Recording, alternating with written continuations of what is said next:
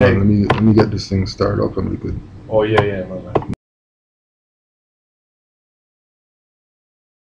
No, you can still bring that. Let's get this going.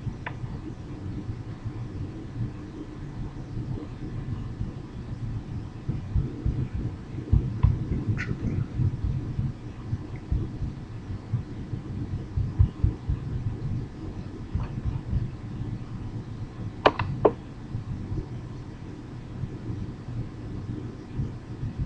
Check. This shit.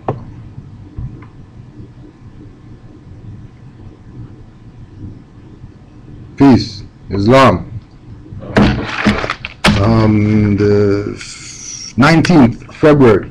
So we're gonna start with our, as usual, get the bills taken care of. Don't forget, in Toronto this weekend, Hidden Colors lecture by Dr. Phil Valentine. Saturday, February 23rd, 2 p.m. to 6 p.m. 340 Sentinel Road, and $20 donation for tickets. I think they're still looking for vendors, so if you know any vendors or any vendors interested, 416-402-9677. So make sure you go check that out. And this Saturday also, Canaanland Moors are going to be at this event, and we're going to be doing a little presentation, youth presentation on Black History Month, and that's Saturday 23rd, 1 p.m. to 5 p.m. and that's at Don Montgomery Center, which is Eglinton and Kennedy, pretty much. Eglinton and Midland. Alright, Don Montgomery Community Resource Center. Alright, and that's Black History Month 2013, and we're going to be up in there beating up the Black History Month, and we're going to be vending as well. And last but not least, this Sunday, first time ever, lecturing in Canaanland. This is Asir, the Duke of Tears, part of the Rethinking Black History Month lecture series that we've been doing every Sunday for the whole month of February. The lecture is entitled The Moral Science Within Your Own Temple. So that's February 24th, 2013, Asir, the Duke of Tears. And that as well is going to be a Skype lecture. We're starting at 4 p.m., no black time, you already know how we do. And the donation is 20 notes, right? So if you haven't, make sure you go check out Brother Asir. He got YouTube stuff, blog talk. He's out there, active, not passive. And again, that's the 24th. So this Sunday at the new MSTA in Canaanland. All right. And also be on the lookout for next month in March. We're going to be doing Sheikh Jelani Bey. We're going to be doing Sheikh Jabbar Gaines Ill. We're going to be doing Brother Abdullah El Bey, or Abdullah Talib Mozi Bey, and Brother Kenny Umar Bey. So keep yourself up with that. You had something that you were going to say before we... Yeah, I was going to say, like, speaking about the Black history, this one thing that I realized too. It's like, because back in the days, every time once I start first finding about the history from Black people, right? Yeah. The thing that we did back in Africa and all that stuff, I'd be like, yo, how come these guys never speak about none of this? They talk about Black history, but the only thing we talk about Black history all the time is about slavery. Right. And about, everything that we did as slave or descending as slave. I'm like, how come they never speak about the civilization? None of that. So I used to get really mad. But then I started understanding that this is Black history. Right. You know exactly. The rest is actually more history. Black history is limited. Right, yeah. But they just never describe it that way. But now it makes sense. Like, there's the reason why. It's only in that little small circle, right? Right. So I just realized that recently. Yeah, and that's where it comes into people, using what God gave them. Yeah. You know what I'm saying? Because as soon as, you know, they're going to talk all this stuff about black history. I put this up on my Facebook today. How come nobody talks about the black inventors not getting lynched and not getting dragged behind the truck? That was happening. The black inventors was during the same time as slavery, 1700s, 1800s. That's true. But they're gonna hold up the black inventors and, oh yeah, you know, the black inventors, they invented this, they invented that, blah blah blah. But you know, during that time, slaves supposed to have lost their culture, not have language, not be able to read their own information. So how these guys get away with doing that, right? But then there's these other ones that, you know, are hanging on a tree and get dragged behind a truck and get beat up by Klansmen and all this type of stuff. Comes right full circle to the Django movie, right? The what? Django. The new movie with Jamie Foxx that just came out. Yeah, right. I didn't see it. I gotta go see that movie. Right, something to see. Right, but before you see that, go to Rethinking Black History Month 1 on YouTube, and Brother Adiza did a breakdown of the Django movie. Oh, he break it down. Yeah, right. So that, you know, so that people could get a perspective before they go watch the movie. Because if you just listen to Spike Lee and those guys there, you're not gonna take that for it. You know what's another movie like that though? I seen like one of your videos in here we talking about, bro. Yeah. I want to see it. Lincoln. Yeah, the vampire one. Yeah. Bro, this movie is deep. Yeah. But the thing about this movie is that they laying the truth to you. Everything about it is bragging the movie about the whole truth, or the whole thing, the whole free works. The whole what the vampire do, the whole how they control people, it's all there, bro. Yeah. Right. It's all there. Even the part where they like, I seen the African enslaving their own people. They show the African in the boat, and then like I seen the Jews building up Egypt. Yeah. If you look at the close up of the pictures, the Jews are black. Right. Pictures. Right. It's not actually like it's not Jewish and stuff like that. You know what I mean? Yeah. Like the whole movie. Yeah. They're giving you keys. It's like everything in front of your face. They're giving you keys, right? But they know that this is what Brother Diesel was breaking down. They know that people have emotional attachments. So they're going to use the fact that we have emotional attachments to detach us from what's really going on, right? Why I was bringing up Django was there was a scene after he, you know, is free or whatever, and they're riding through this town, right? And in the town they're showing the different levels that's going on in slavery. They have the slaves that are free, right? So they're able to just walk or whatever, right? They have the guys with the stuff on their face and the chains and the shackles or whatever. Then they're walking. Then they have the slave master, you know, all of them are on horses or whatever, you know. Then you got so they're just showing that, okay, there's these dynamics that's breaking down during slavery, right? And then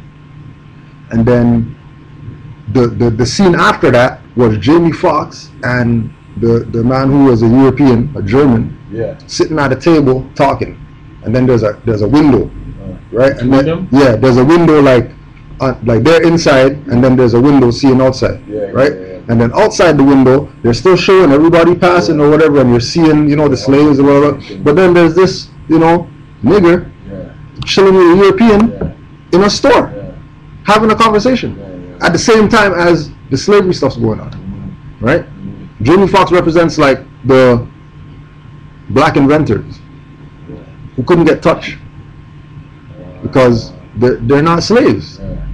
They have no connection to being involved in that business. That the European in the movie was saying that that's a bad business, slavery, because you're damaging your own property that you're trying to sell. How are you gonna put a bat to your car out there and then talk about, I put it on Kijiji, sell it for 10 G's when you bought it for 10 G's, but you just put a bat to it, smash the windows up, flatten the tires, right? And then you're gonna go sell it? That's not good business sense, right? And then that's another thing to justify the fraud of slavery. Well, you see, the thing I don't understand, bro, it's like, it seems like, I don't know if it's because my knowledge in the area now is to the point where I can catch this thing and I used to catch them before, right. Or if it's just now an era where it seems like they're putting it out there.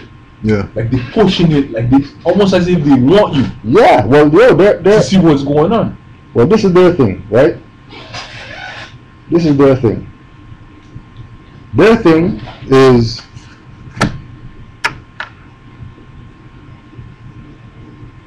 if we're gonna tell you, so that way you can't say we never told you. As far as the European, right? They're gonna put it on their movies. They're gonna, you know, have Europeans write books about it, file it in the Library of Congress, all that about the history of our people in the Americas, right? Now, with them doing that, putting it out there, we can't say European did it. We can't blame them no more, right? They're eliminating the blame from themselves, which is why they're letting all these movies come out right now. You know what I mean? And they're putting the truth out. I mean, not right now. They've been doing it. Yeah. It's nothing new. But they've been doing it like in right? ways that they've been doing it. It's nothing new. They've been putting it out there. They've been wanting us to know that we're not that. But just like Brother Adiza was talking about, we have emotional attachments to a history that's not ours. So as soon as it's talked bad about, oh, we can't talk like that about, you know, black history is our history and European. You know, forget that crap. The black thing is dead, like been dead, right? How much leaders died for that black crap and nothing happened? How much leaders died for civil rights and nothing happened? How much leaders died because they claimed that they were something that they're not and nothing happened? How much innocent people died for claiming that to be something that they're not and it never happened? Right? You know, it's a pattern, and pretty much everybody's fed up because we've been told. They told us, they showed us.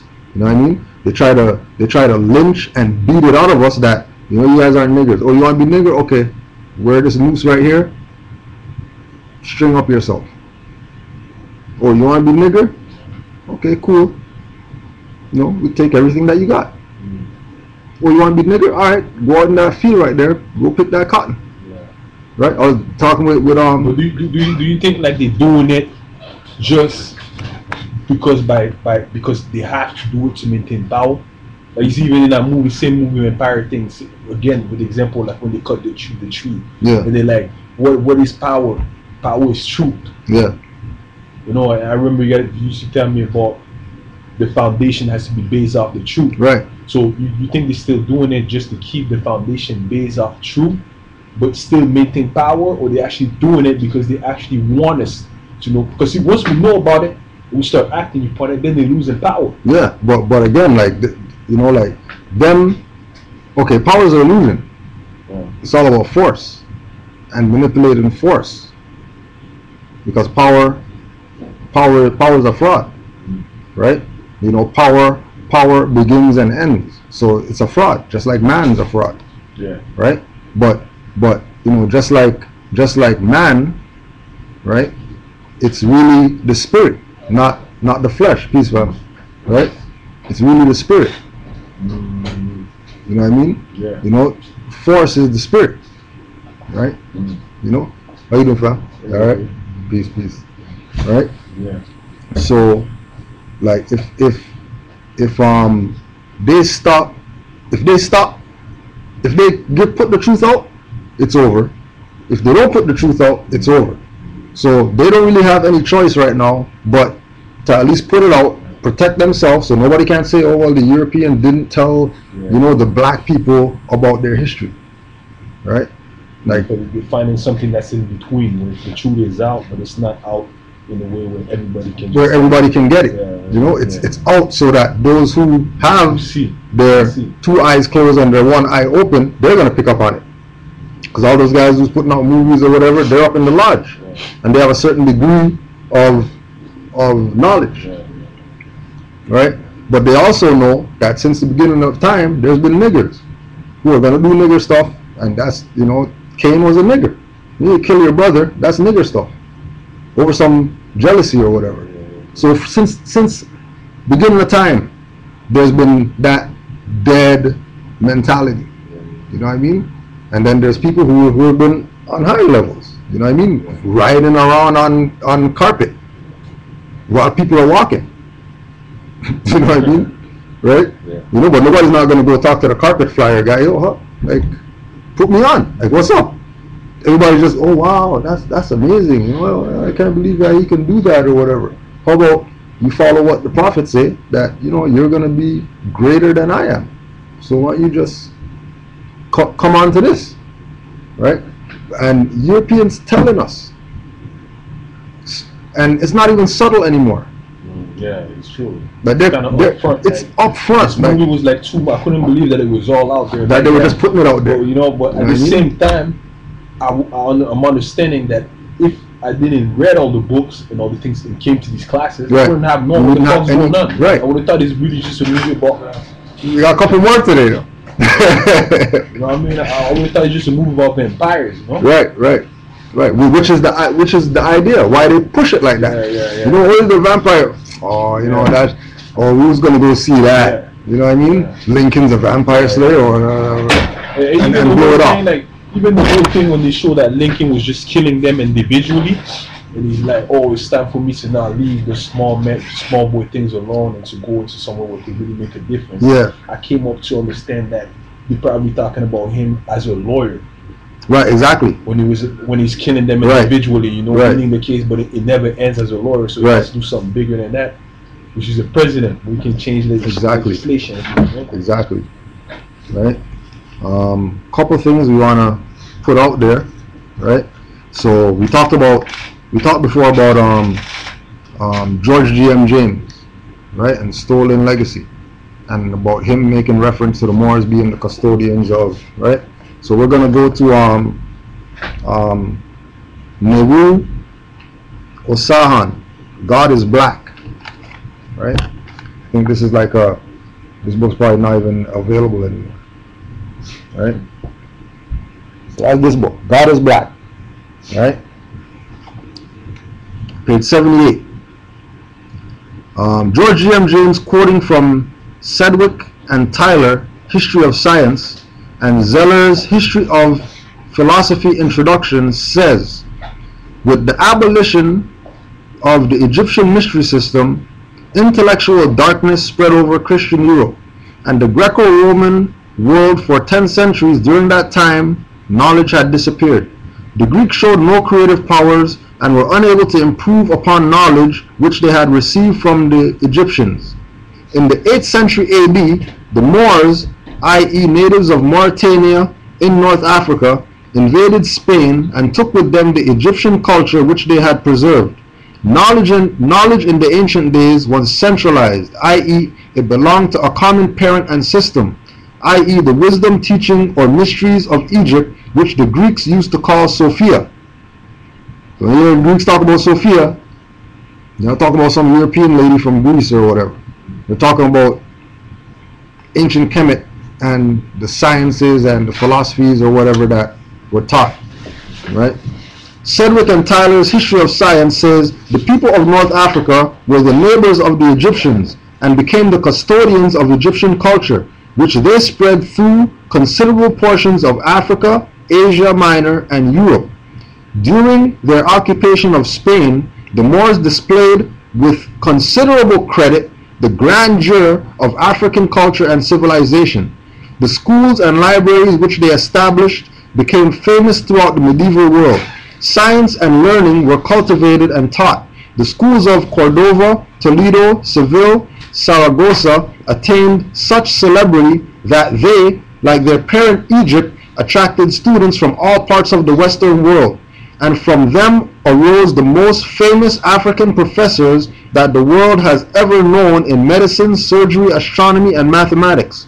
But these people from North Africa did more than merely distinguish themselves in Spain. They were really the recognized custodians of African culture, to whom the world looked for enlightenment. Consequently, through the medium of the ancient Arabic language, philosophy and the various branches of science were disseminated. Hitti, History of Arabs, so I guess Hitti is the author, H-I-T-T-I, in the book History of Arabs, says, in addition, the Moors kept up constant contact with Mother Egypt, for they had established caliphates not only at Baghdad and Cordova, but also at Cairo, Egypt. Great European scientists like Roger Bacon, Johann Kepler, Copernicus, and others obtained their science education through this source. Others, such as Karl Marx, Albert Einstein, Sigmund Freud, were blacks, in quotes, Semites. And there is an unbroken scientific progression between the Memphite atom theory and Einstein's famous equation E equals mc squared. Right? So verifying that not only, right, in addition, the Moors kept up constant contact with Mother Egypt after they adopted the culture, right? And these people from North Africa did more than merely distinguish themselves in Spain. They were really the recognized custodians of African culture. Not just Egyptian culture, African culture as a whole. Right? So let's verify that. How could we prove that these people called Moors were the custodians of African culture, not just Egyptian culture like George G.M. James said, right? So we go to Lion of Judah hath prevailed, right? Being an authorized biography of His Imperial Majesty Haile Selassie I by Christine Sanford. Alright? So all Rastafarians, they got this. This is not a book that Rastafarians don't have in their library at home. The Lion of Judah? Lion of Judah. Lion of Judah hath prevailed. Right? And we go to page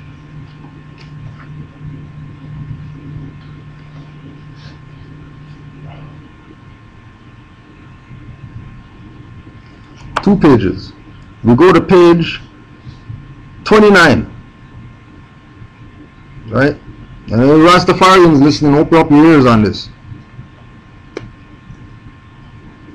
So the boy found himself in the midst of men and affairs to earn at once the attention and approval of the aging emperor. For the latter detected in the son those abilities which he had tested and valued in the father. The result was that the young Dejazmak found himself sent to school to further his education and enrolled in the new Menelik school, which had been founded in the city and put in charge of an Egyptian by the name of Hannah Bey Celeb. While his province was governed by proxy, he remained there for the next 3 years, when at the age of 17 he held his first real office. Speaking many years later for the first secular school to be founded, he said, "The Emperor Menelik II, after ruling for many years in accordance with the traditions of our country on initiating relations with foreign states, recognized that educational system of our country was insufficient and that it was necessary to bring it into line with theirs. He therefore established this school to meet the immediate need for foreign languages. As an example to the clergy and people, he caused all the boys who had as relatives and connections of this been brought up at the palace to enter this school. I myself was one of the boys who were there at the start when this school was founded." And that's from a speech by Haile Selassie I, Part 1, July 1927. 2 years before the passing of the Prophet. Right? July 21st, 1927. And we'll just read part again. The result was the young Dejazmek found himself sent back to school to further his education and enrolled in the new Menelik school, which had been founded in the city and put in charge of by an Egyptian by the name of Hannah Bey Celeb. And this is Haile Selassie. Let's talk about that. This is Haile Selassie's book, talking about him going to school, and the principal of the school that he went to, name was Bay. And they're going to say he didn't know about Moors, and they're going to say that the Triple Crown isn't a fez, or no, that's a crown, that's not a fez, or whatever. That's why the class today was, why are you following black leaders? Are you retarded? Because black leaders have done nothing for anybody, and nobody knows who those people are. Right? Oh, let me get to this second part right here. Right? Just for all the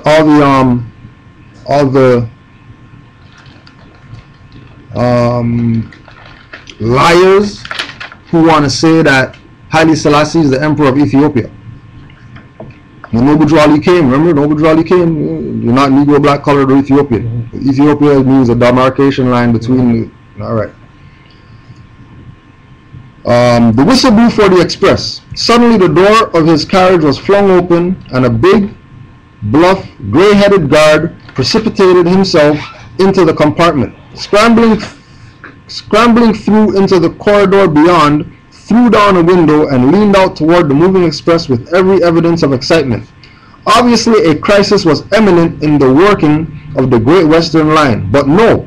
A minute later, the guard relaxed, pulled up the sash, and came back through the compartment looking very much pleased with himself.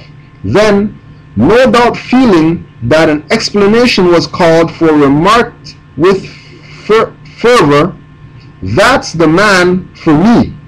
Who? What? What are you talking about? Oh, it was Haile Selassie sitting in the train. You know, the Emperor of Abyssinia. It's Haile Selassie's book. Lion of Judah. The Emperor of who? Abyssinia. What is that? The name of Ethiopia before Ethiopia. So if he's gonna, in his own book, he's gonna say that one, he learned from an Egyptian, or he went to a school that was headed by an Egyptian by the name of Hannah Bey Celeb. You know, Bey is a Moorish name, it means governor and all that, right? So he learned from a Moor. Secondly, Ethiopia is a fraud, because in his own book, that if this is his autobiography and it's an authorized biography, he could only he could authorize it. And in there it talks about him being the emperor of Abyssinia, not the emperor of Ethiopia. But then Rastas want to get mad when Moors tell them he's not the emperor of Ethiopia. Stop running a fraud. Stop talking crap. Ethiopia comes from Ethiops, which is Greek. And you can't claim that Ethiopia was never colonized by the Europeans. That's the only place in Africa that wasn't colonized by the Europeans, but it has a Greek name. Are you going to tell me it wasn't colonized? Are you retarded? You must be retarded. Must be. Because his own book, any Rastafarian, every Rastafarian has this book. Guaranteed. Guaranteed every Rastafarian has this book. And if they don't have this book, then that's a fraud. Because how can you not have this book when he's telling you that he learned from a Moor? The principal of the school was a Moor, and that he's the emperor of Abyssinia. Right? When did the name Ethiopia change? When did it went from Abyssinia to Ethiopia? It shouldn't have changed. It changed when we started adopting the idol gods of Europe, of whom we knew nothing. And then we're trying to push that position as legitimate when that's a fraud. Right? Another book you could go get, Haidar Bamati, Haidar, last name Bammate. Nice little book. Muslim Contribution to Civilization.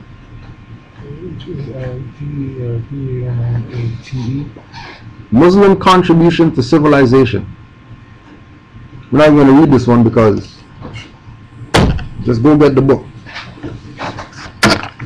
Everybody knows this album. If you haven't heard this album, you need to go out, download it or whatever, because this is one of the best albums. This is one of the best albums, one of the best hip hop albums ever to come out. Nas? Yeah. Album that he called Nigger. That everybody's mad that why he called the album Nigger. And Al Sharpton's mad. And all these black sellout niggers are mad because he called his album what they are. Yeah. Right? I heard the album, but I didn't know he was also in, like, learn from the teaching from Joe Ali. Right? Until I heard this album. They say we N-I, double G-E-R, we are, much more. Still we choose to ignore the obvious. Man, this history don't acknowledge us. We were scholars long before colleges. They say we N-I, double G-E-R, we are much more.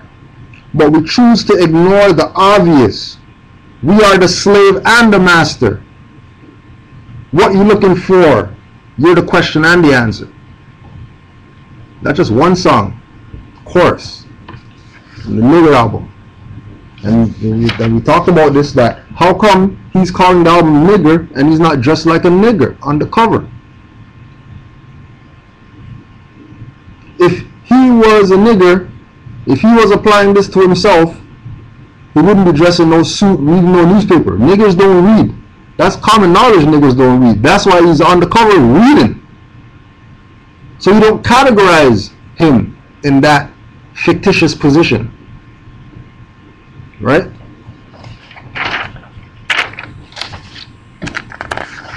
And he was repping it hard. Nigger. Grammys and everything with nigger t-shirt. Everybody's mad, but nobody want to go listen to the album. Right? Another song. Everybody bleeding, the cops and demons, courtroom full of goons, jail busters looming. Handcuffs squeezed too tight on your flight. If you fight, they just give in. People used to do sit-ins. They got Nigeria and Niger, two different countries. Somehow Niger turned to nigger and shit got ugly.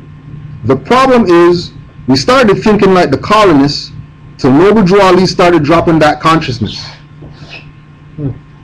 There's a rapper, nigger rapper.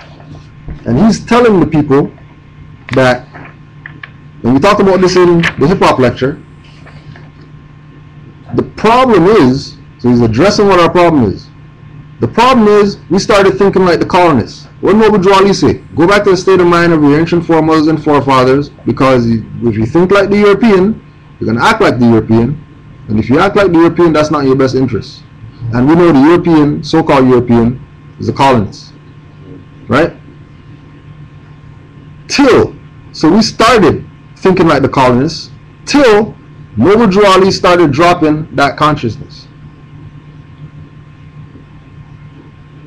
Till he started dropping that. Not till Farrakhan started dropping it. Not till Elijah Muhammad. Not till Fard Muhammad. Not till the Nation of Gods on Earth started. Not till the Rastafarians started, or Garvey started, or W.E. Du Bois, or whoever else that we consider, you know, the black leaders, African leaders or whatever, right? Noble Drew Ali, best album ever, one of the best albums ever, right? So we're asking the people, are you guys retarded? What, like Noble Drew Ali said, what do you want me to do, kill you? By your title to your vast estate, your religion, your nationality. Like, what do you want? What do we have to do to get you this? The European said, King Alfred plan. What we're going to do is we're going to kill niggers. Labeled minority. Blacks, Indians, Latinos, Puerto Ricans, and poor whites. You guys are getting thrown under the bus. European, coming out. Letting you know, that's not the position. You can play games if you want to, but that's not the position. To be the minority. Like, that's not where you want to be. But we don't want to hear that. That was 69. We don't want to hear that. We're going to listen to these dumb niggers who are in King Alfred Plan as being under 24-hour surveillance, and they're working with central, federal, municipal, local, whoever, in order to keep the people dumbed down. And they still follow those guys, knowing that they have no intention of helping them get out of what they're in. Knowing that, right? Man's adopting Scientology and all this type of stuff, right? Right? NOI is adopting Scientology. But when you read Peter Moon, Montauk Book of the Dead, he's making comparison between Hubbard and Noble Drew Ali. But NOI is going to choose to follow Scientologists, not more science. Ron Hubbard is founder of Scientology, right? So they're going to follow that guy, and they're going to implement things that he brought. But the things that Noble Drew Ali brought, they're not going to talk about. They're going to ban fezzes and all that type of stuff in the NOI. No, that thing, I can't even lie, that thing's really disturbing me, man. It should disturb you. The thing about the Nation of Islam, bro. It should disturb you. It, but it's the truth, bro. Those guys never speak about it, man. Everybody should be disturbed. Never speak about it, bro. Right? Everybody should be disturbed. You know what's funny about that? That brings me back to the movie again. The same movie, The Vampire. When the guy now, he's talking about, who are they? The guy's teaching the guy. He's teaching Abraham Lincoln on how to recognize them. Right. He's like, and then Abraham Lincoln's like, yo, I can't believe now that I'm attacking all of them that those are the people that they actually are. He's like, they're lawyers, bankers, pharmacists, pastor. You know that pastor can he laid it all up. Like Farrakhan and stuff like that. Pharmacists is like, you know what I mean? So even that is still in there in the movie. Yep. But that Farrakhan thing, man, right? It's fucked up, bro. Yeah. Right. Right. And it's not. It wouldn't be so bad if millions of people didn't follow them. If this guy couldn't make a call, we have a 1 million man march tomorrow. And a million people actually go. But he's gonna go talk about about stuff way over here, and not even mention that, you know, all these people, you know, all you guys have a birthright that you need to claim. Cause I claim mine. You know, I used to be Farrakhan X. I got rid of the X because I know that's a fraud. Right? He knows it's a fraud. But, you know, if you challenge the leadership, you know, you're going to get ousted. Because that's what they do to people who challenge the leadership. Ask El Haj. Ask Khalid. They'll tell you. Yeah, challenge the leadership, they kick you out the NY. Right? You just put on your bow tie, get those stacks of papers out there, and shut the hell up. Period. Make sure all your dues are paid, and you don't ask no questions. Right? It's crazy, but that's where we're at. Right? Because Drew Ali told the Moors in 1929, oh, don't worry about European. It's your own that's going to put your ass in slavery. You worry about European? European. They are King Alfred Plan. Right? They already know. They already have their position. They already know what they're going to do. It's not something that they're working on and, you know, they're going to implement this in 5 years. Like, King Alfred Plan is going on right now. They're ready to eliminate, they're ready to liquidate this property that they have called Negro Black Color, who they can't use anymore because that was for the industrial era. It's technological era right now, and we don't have any use for industrial property. We don't have any use for a tractor without the computer in it. Dumbed it down, so it's no use to us, right? Right? You know, we're advanced now. You know, everything has brains now. Phone has brains, car has brains, tractor has brains. If they give us back our brains, that's when they would be in real trouble. That's when they're in trouble. Right? And their job is to make sure that they're not responsible for putting us in whatever. We're responsible because we don't want to read. That's the sorcery behind it, because it'll come back on them. It'll come back on them. So they might as well put it out, and, you know, they already know that we're not going to read, so they're not going to waste their time putting it in book form. So they put it in movie form. put it in a music video, put it in an album, put it in songs, put it, like. I started to realize, I was thinking about this earlier today, that I started to watch television more now. What I realize is, I think it's in the same vein that Sheik was talking about, that most of us aren't reading. Yeah. So for them to get that information across, it's useless for them to put it in that, that format. Yeah. Though they've done enough. If you've seen all the books that are out there, the millions of books, they covered that shit anyways, just to cover up all the lies to begin with.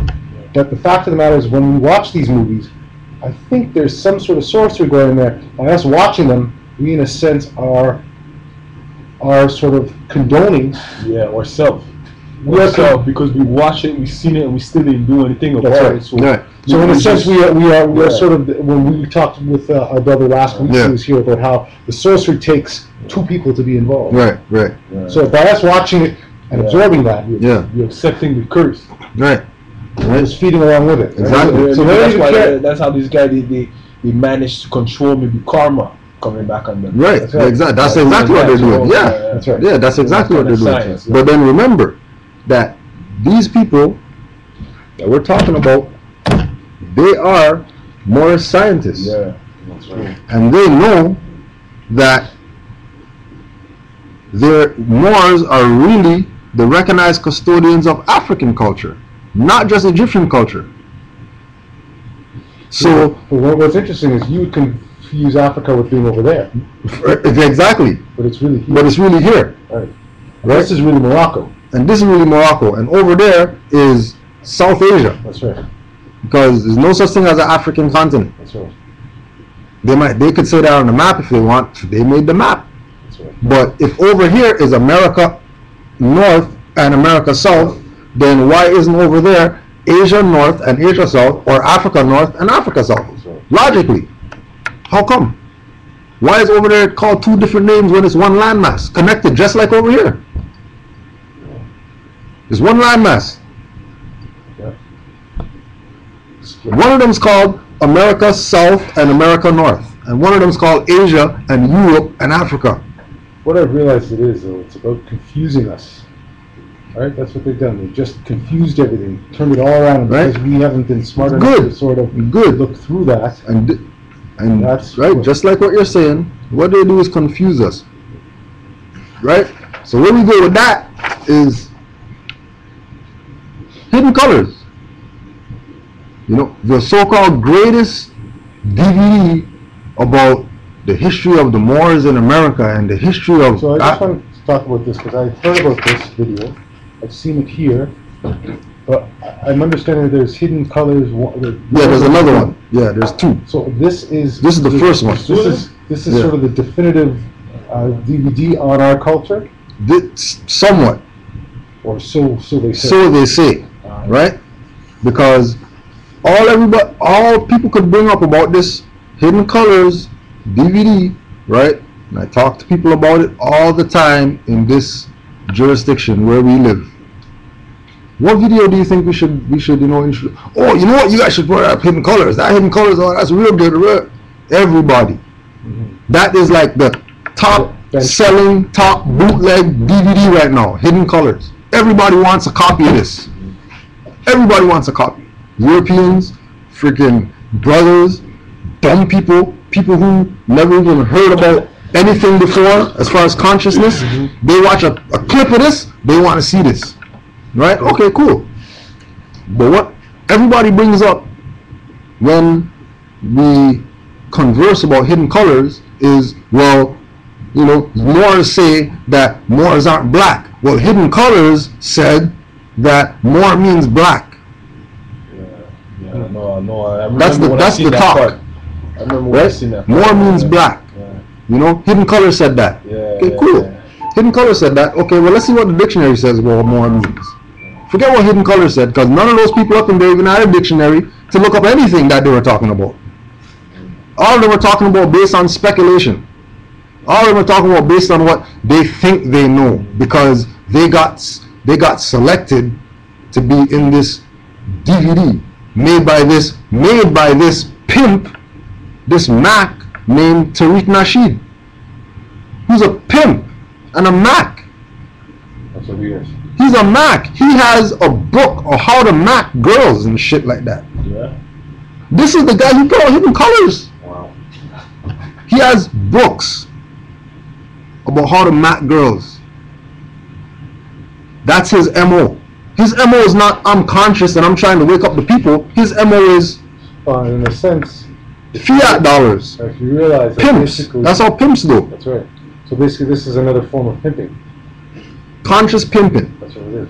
But you see, the thing is that at the same time, sometimes I think that some of them go in there with the good intention in their heart, but it's just that they don't understand how deep the damage can be by just making a small mistake by saying that Moors is black or this and that, because they don't understand how deep it goes. They gotta know, because they got some scholars up in that. They got scholars up in this DVD. It's not some nobodies that's in this. It's not just some brothers that we come together and say, oh yeah, let's do a documentary about Moors, and we interview you and we interview you and then we show it, and then nobody knows who you guys are, but you're dropping some science, but they don't get it because they're just not.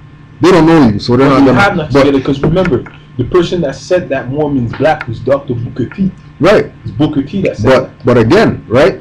Yeah, he might have said that, but when Booker T, whose free national name is Kaba Hiawatha Kamin, because he knows Booker T called me slave master's name or whatever, right? His name's Kaba Hiawatha Kamin. And when he sat down, and it's on YouTube, when you go on YouTube, you watch the DVD that Sonnetter put out, or the class or whatever it is that Sonnetter put out, maybe a 15-minute clip or something like that with a man named Professor Larry. They say Booker T, but Kaba Hiawatha Kamin and Taj, right? And Taj is breaking it down to them, breaking it down, right, about the reality and about the fraud that they've been running. And what the only person to ask Taj the intelligent question and not go off into some stupidness was Kaba Hiawatha Kamin, when he asked the question, so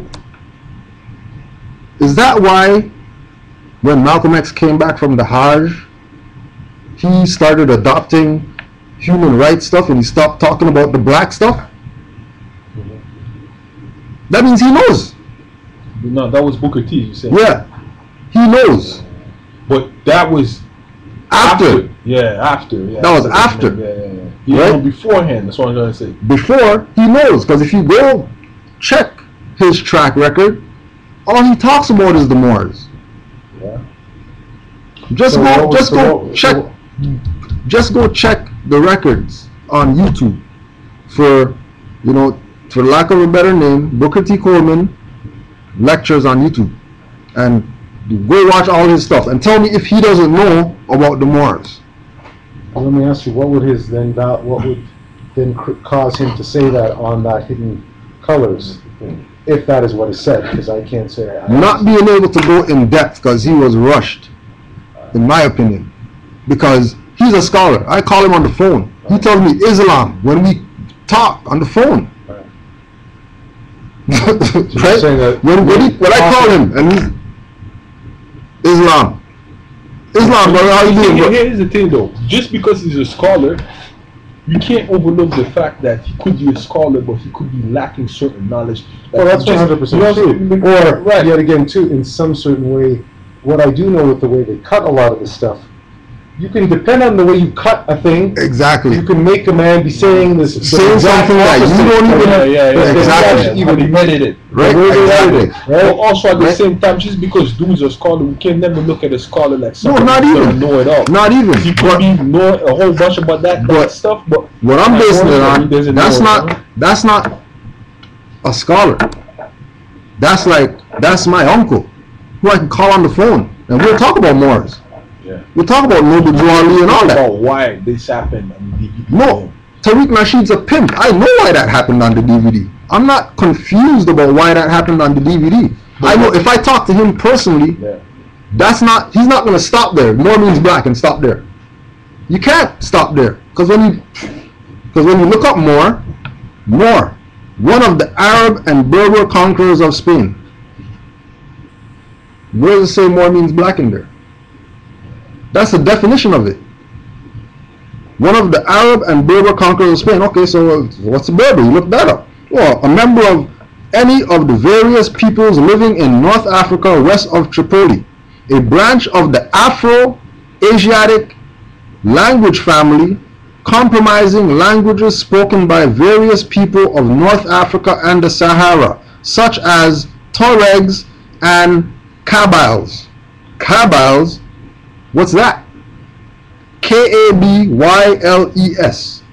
There you look up Kabyles. Kabyle, a member of a Berber people living in the mountainous coastal area east of Algiers.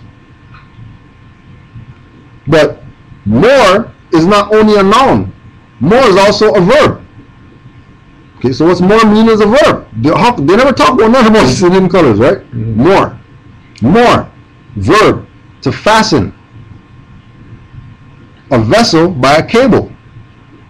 Late 15th century, probably related to Old English merels, mooring rope, via unrecorded Marian to moor, or possibly borrowed from Middle Low German morin, or Middle Dutch marin to moor, from West Germanic Merosion.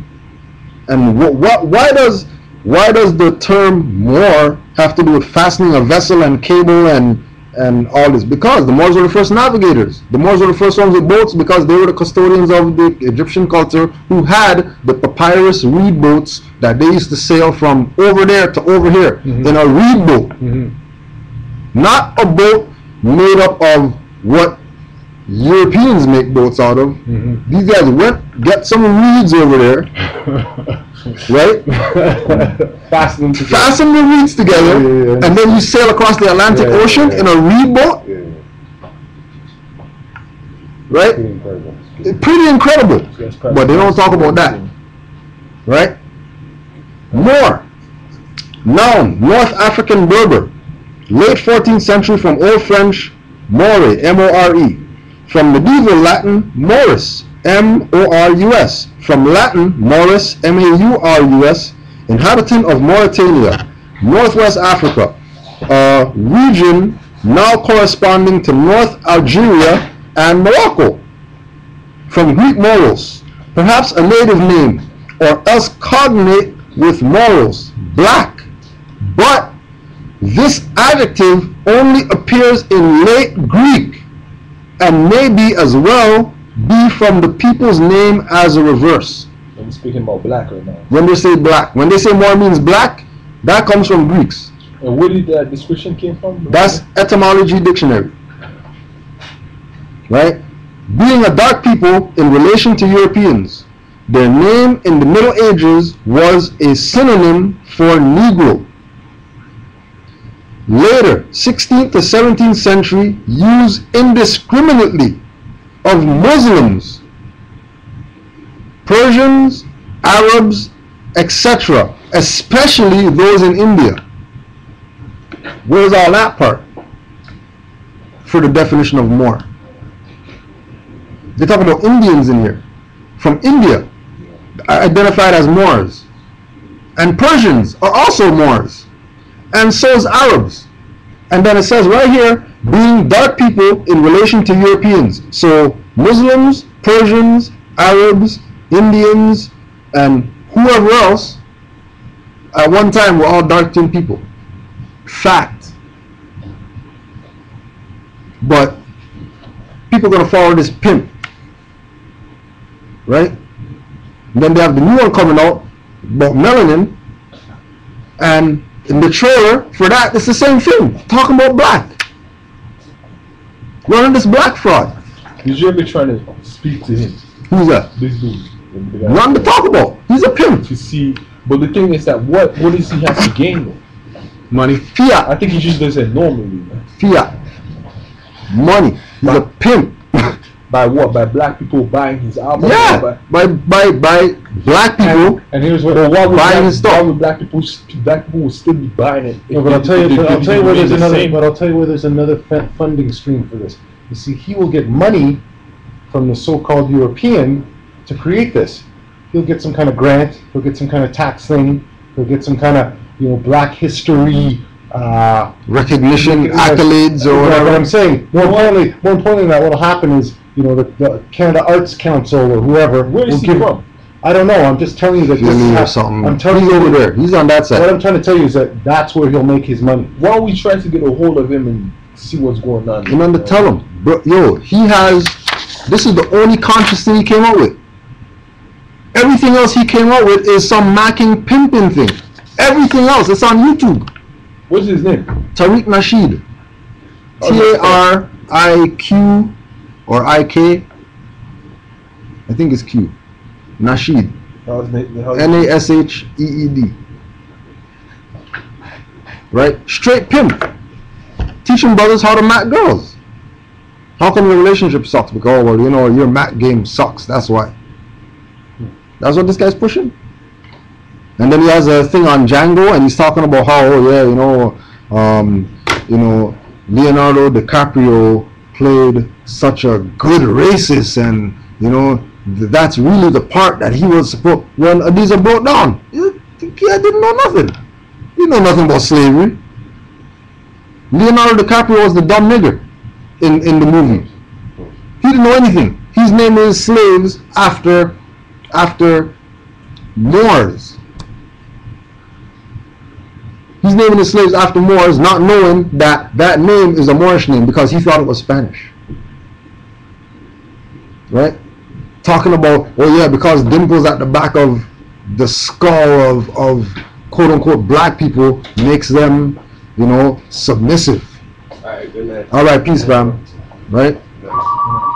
And then because, you know, Europeans don't have these dimples at the back of their skull, or they're not submissive, they're aggressive and all this foolishness. Right? And it's not like these guys are, it's not like, that's why the name of the thing is, Are You Retarded? Because if you're going to sit there and trust this pimp to tell you about the history of Moors, they don't even talk about the Prophet in the thing. So he doesn't mention him at all. Honestly, nobody mentions him. Why are they going to mention the Prophet for? Because if they mention the Prophet, then that takes away all their fame and nobility that they're getting off of the same information that the Prophet brought. All what you're saying, like, and unfortunately, as I say, I would not want to speak out of character, but I trust your description of this. But in a sense, what he is doing is pimping off of energy, which is what it is. Like, this is the energy, our energy, which he is then able to, you know, as I said, if he sells a million of Yeah, these, but you think this guy is advanced enough, like consciously to even? he doesn't have to be advanced enough. Doesn't have to advance. There's a brother out in St. Catharines, right? The brother in St. Catharines just got off the phone with him, right? He's telling me, yo, I just started studying this like 2 years ago, and I get this. Like, I get this. This is not anything that people aren't supposed to get. He's a dude that's studying this. Like, you know, if this guy is dropping pimp video. If this guy is putting out something called Hidden Colors and he's talking about the history of Moors in America or whatever, you better be studying. You can't be talking about the history of Moors in America and you're not studying the Prophet. You're not studying Noble Drew Ali in your own time. I'm not talking about for the documentary. Yeah. I'm talking about in your own time. Just like Nas said, yo, close the door, go into a quiet place or whatever, and you go study to figure out what's going on. Because that's the only way you're going to figure out what's going on, when you take some alone time and you figure this mess out. Right? But pimps know how to pimp people, how to manipulate. You know what I mean? Any man get a girl to go out there, sell her body, and then bring the money back to him? Yo, you're a master. Yeah, master. You're a master. Forget about her being dumb. You're a master. If you can make this female go out there and sell her body and bring the money back to you, that's just like Leonardo DiCaprio was saying in the movie. You know, my father sat there with the slave giving him a shave for 50 years with the sharpest razor, and the slave never ever thought once to cut his neck. Never once. The thought didn't even cross his mind that, hey, you know, I could even just slip. Oops. and cut a man's neck and be done with slavery. And he even said it, and he's speaking for the multitude of Europeans out there. He even said it. The biggest thing I was wondering, how come they don't just kill us? Like, why don't they just kill us? But we're outnumbered on the plantation, 500,000 to 6. And these guys are just out there, just going pick cotton. Was the reason why there's the mental game? Just no, like the reason is that it's a fraud, because no person with logical mind is gonna have odds 500 to 6, and you're not gonna do nothing. You tell me that you're that passive. Yeah, that's true. But at the same time, we gotta remember that there was a lot of rebellion. There was rebellion. There was a lot of slavery you know what I'm saying? Right, yeah. From slaves. So, most definitely. A lot of the time when they just speak about them not doing nothing, that's another way for them to have us. But see, but they weren't. Submissive. But when we think about rebellion isn't because they were slaves and they were fighting to be free. Right? Rebellion is because they were free and they were fighting not to be enslaved. And anybody's going to fight for that. Anybody. You take a child's toy, they'll fight for that. Not because you took their toy, but because that's mine. Like, why are you taking my stuff? You have your own stuff right there. You want my stuff too? So right? Most of the rebellion came from more, not from Negroes. Big time. Look at Toussaint Louverture.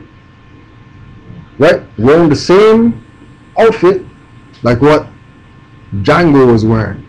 When slave master told him, hey, pick out your own clothes. This guy came with the frilly neck stuff and, right?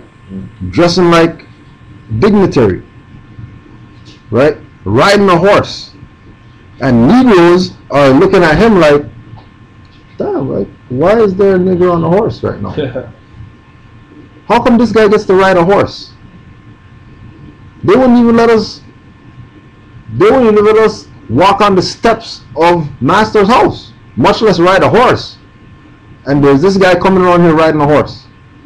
Not only he's riding a horse, he's taking slave master's whip, whipping slave master. Not only that, he's taking his own toolie out, shooting slave master on the plantation with all these slaves watching. And all of them just chill, oh wow, he just killed the slave master. And nothing went off in their brain when the rebellion's going on. These guys are burning down the plantation, and you tell me that slaves are there just in the cut, just watching that go on. Like, oh wow, these guys are burning out. Oh my gosh, you gotta get the water. With X talking about, our house is burning, massa, and we sick and all that type of stuff. Only an idiot, only a retard thinks like that. That's the same thing that happened in Jamaica with the Maroons. With the Maroons, exact same thing, right? Slaves was just watching. Right? So the Maroons fought and they're free now. But then there's people in Jamaica who call themselves Jamaican, but they look just like Maroons. And Maroons are free. They have their own government. They have their own constitution. They have their own land. They don't worry about no IMF coming and telling them, oh yeah, you guys can't plant any crops and all this type of stuff right there, right? Yeah. They're not worried about that. The thing that's crazy about the Maroons were free from when there was already slavery there. We were slavery on one part of the island. These guys were free on the other side of the island. So, logically, it's no different than, there's slaves in the south, and hey, if you follow the North Star, you go up there, and you'll be free. It's the same idea, just a bigger jurisdiction, but it's the same idea. Well, if you go north, you'll be free. Okay, so how come everybody's not, running to go north? How come Harriet Tubman had to make the statement, I would have freed so many more slaves if they knew they weren't slaves? Why is she making that statement? Because they were content in being niggers. Yeah. Because from ancient times, there's always been niggers. But that goes for all races, though. All races that goes for the color anymore. It just stands for the mentality. That's why King Alfred Plan said the minority, and it says blacks, Indians, Latinos, Puerto Ricans, and poor whites. Yeah. Why is poor whites on here? if they're not So part of, trash, like they- you know, trade up our trash, right? And when they say poor, they could even be talking about poor mentally. Poor mentally, They say they're poor not necessarily monetarily, finances, yeah, right? yeah, yeah. You know what I mean? Yeah. Because you know they could have just said whites, Yeah, it's true. just like they said they didn't say poor blacks, or poor Latinos, poor Indians, you know, because we know that there's rich ones and all those. Yeah. But for them, just by saying blacks, it already puts all of that in the circle. Exactly. Black, there's no reason to describe it Because they're black not thinking about is more, setting they're up thinking about black people. right. Black is a jurisdiction of dead people. Indians is a jurisdiction of dead people. Latinos, Puerto Ricans are jurisdictions of dead people because all these people ultimately are Moors. But they're the 13th and 14th Amendment Moors. Right. Yeah. Which means that they're not Moors, they're Right. property, Right. and property gets vaporized Right. when time comes for stuff to kick You know, off. it's interesting you bring that up. They could have said European. Even that. They could have said poor European. Right. So they don't say European. Right. there. Yeah. They put white. White. And white Right. isn't even them. Right. Right. Right? Black is really them. Black is really them. Right? Which now, if you look So at it from that one perspective, poor whites make sense That's right. as being being us. That's right. And blacks being them. And poor white meaning poor in Poor in the mind. mind. Right? So we gotta ask the question on Facebook. If you're following all these black leaders, are you retarded? But you know what? Like, don't you know that these guys sold your asses out? You gotta know that your ass got sold out. But that brings me to a question I wanted to ask you, man. Still speaking more like the Maroons in Jamaica. Yeah. You see, the Maroons in Jamaica, they're the one that they give them a land in Halifax after they won. They're like, you know what, you guys won, okay, we give you, what was it already? Nova Scotia or something. Scotia or something, yeah. Yeah. So what happened to that place? They still own that jurisdiction or what? You're talking about Africville or something like that? I don't know. Yeah. It was Africville. Africville? It was I Africville. thought Africville was, from what I understood, because I've gone there a couple of times. It was Africville was the first port or whatever where most of the blacks sort of. No, you know what? No, it wasn't Africville. You're right, because that's all in the book Black Ice. Okay. Yeah. Africville was where all the black people that was enslaved went through, but there was another part that I think it was, I don't know if it was Halifax or whatsoever. Yeah. And they give that land to the Maroons. The Maroons, Yeah. because the Maroons once again in Britain, because they didn't like how they were treating the slave and they like, oh, you guys are taking it too far with the slave. So they went back to war against them. They already were free, Yeah. so they went back to war for them to stop Right. like taking it so far. And Right. they won again. Yeah. They're like, okay, you know what? Yeah, you guys won. Okay, you know what? We'll make a We're treaty gonna of do- peace and we'll give you land over Right, here. right. And then these guys came over here in that part of Canada, and they had their own jurisdiction Mhm. that had its own government and its own thing, whatever, you Yeah. know, where basically nobody could tell them nothing. And then further down the road, you had Africville, which was where the slave came through, and there all these guys were being controlled and pretty much enslaved without being slaves. Right.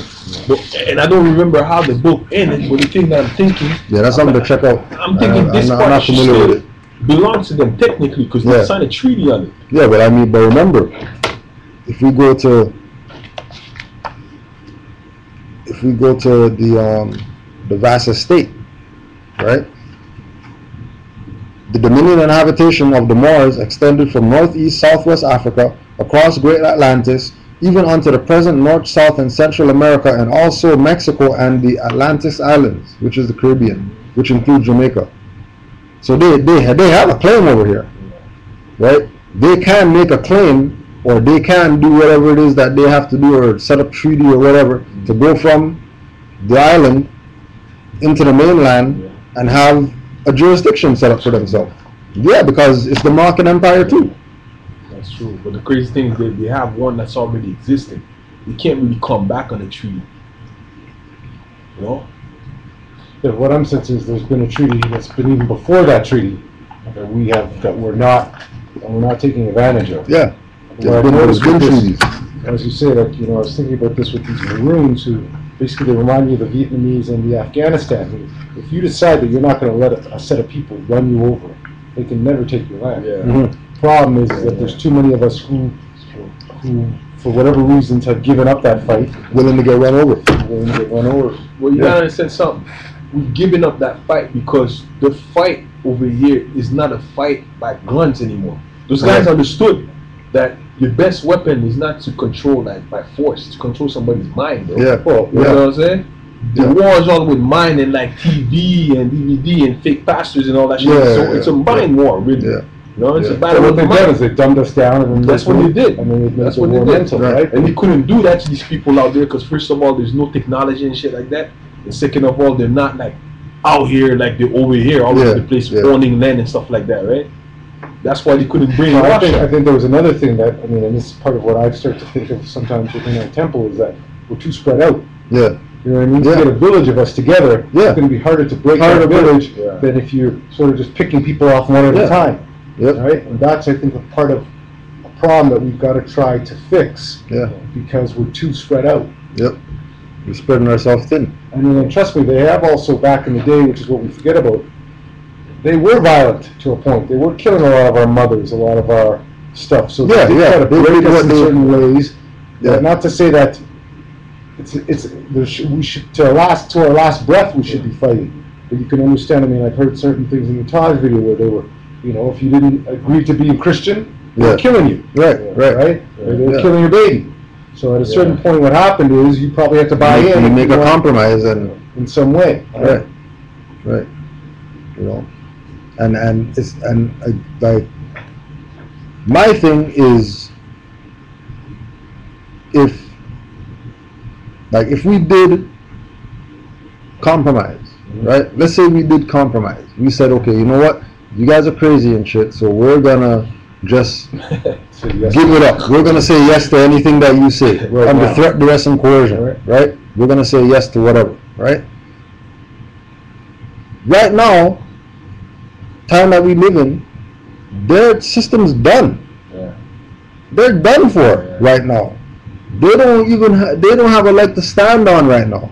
They don't. Only leg that they have to stand on is when we give them ours. Yeah, that's right. That's true. That's the only leg that they have right now. True. And that's what they're feeding off of most. You see it everywhere, man. And I'm gonna give you a perfect example. And once again, it's something that's simple when I pull it out, and all you guys gonna catch it, but these dudes really don't get it. Yeah. You understand what I'm saying? And our voice won't go heard like this, like that, because we know that we're on stage, whatever. But really, it's really like illuminating, like what I'm about to say. Something that they would take in consideration and be like, yo, you know what this guy's saying is true. You know, I'm looking at the situation with the corporations, where you know all these corporations going down, they profit, all the businesses crashing, not doing good. But I'm looking at the simple issue like how they refuse everybody that has a criminal record. Yeah. In any of this corporation. Yeah. You know what I mean? Just that in their state of mind, they're thinking, oh, it's the right thing to do because that dude has a record or this and that. But those dudes don't even understand that pretty much the joke is on them for doing something like that. Because if you realistically look at it, it's pretty much as if you have an untouched gold mine that you really never dug in it just because of a record. Right. Yeah. How many you don't know? There's so many people that do refuse that could have been the one that really had the mind sticking to the next level. Right. And you just so black and white that you don't even see it. Yeah. And they don't even understand that. And as a perfect example, what I can show you is the rappers. Yeah. Even though they talk a whole bunch of bullshit, they wear the same shit, you know, they fight on each other, whatever, you understand what I'm saying? But one thing those dudes have, bro, is you gotta respect the fact that a lot of these dudes came from criminal background or whatever, on the street, this and that, and how they took the game and turned it into a business. Like no other genre of music did. No R&B, no this and that. Those dudes never was able to do what these rappers are doing now, bro, on a business tip. Where they coming in and they're taking over the game, bro. Like, you understand what I'm saying? Yeah. Have dudes doing producing, now they're doing producing. Now they have the deal going, sponsorship, opening restaurant, opening all this just from rap music, bro. And that's, and their brain is narrow. All they know is rap bullshit, bro. So imagine what they could do if you put them in the field where, you know what I mean? Where they can utilize their brain and expand the horizon. You understand what I mean? Yeah. But they would have to want to use their brain in that manner. They would have, but it would have to be given a chance. You know what I mean? Right. It would have to be put in that environment where they have to use it Yeah. because they're no longer around the same crowd of people every day that talk the same shit every day. You know what I'm saying? They're in a different like ball game, so they have to approach it with a different manual, different kind of thing. But that's like the thing. That's like what on the same album what Nas is talking about. Well, you know, we're talking big, like the rap. That's how you're talking, right? But then when you ask rappers how many of them own their masters, none of them. Yeah. They got some company that owns their masters. They don't even own their own stuff that they write down. Right? Like your own lyrics, you don't own. You wrote those because you're contracted. Those who lack knowledge. Right? But the whole point is just to show you how, if under the they put the right seed into them, what they could do, because they still did all of this based off nothing. Yeah. You know what I mean? Right. And I mean, when you said they still throwing down cast on them. That's why curses keep like they never really get to the level where they're supposed to get, because they always caught up in the cycle of bringing back like the bad energy towards themselves. We're pointing the curse towards themselves. The same karma keeps coming back and forth.